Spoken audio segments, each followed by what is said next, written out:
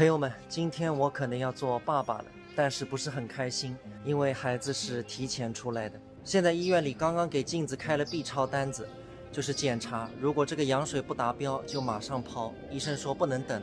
昨天也是一晚上没怎么睡好，现在家里人都比较担心啊，因为孩子才34+5，就是怕提前出来之后会对他以后的体质啊、智力方面会不会不如其他小孩。现在去医院了，等检查结果。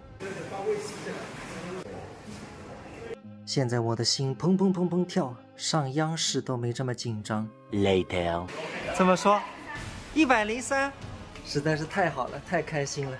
80分优秀，今天103。医生说之前有可能是小孩没有排尿，所以就羊水少。现在这个情况是非但不会早抛，镜子还有可能让你回家。现在给镜子热一热早饭。今天为了做 B 超，早上6点到现在10点，他还没有吃早饭，饿坏了。是这样的。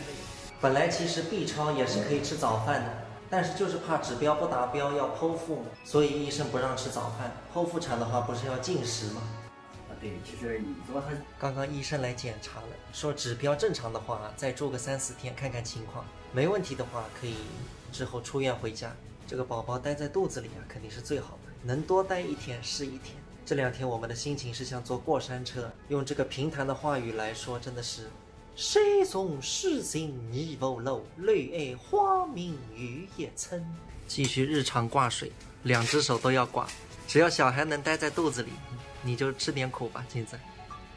镜子，你想，本来我们今天已经要做爸妈了，这样想还是好的。来早产出来嘛，进保温箱。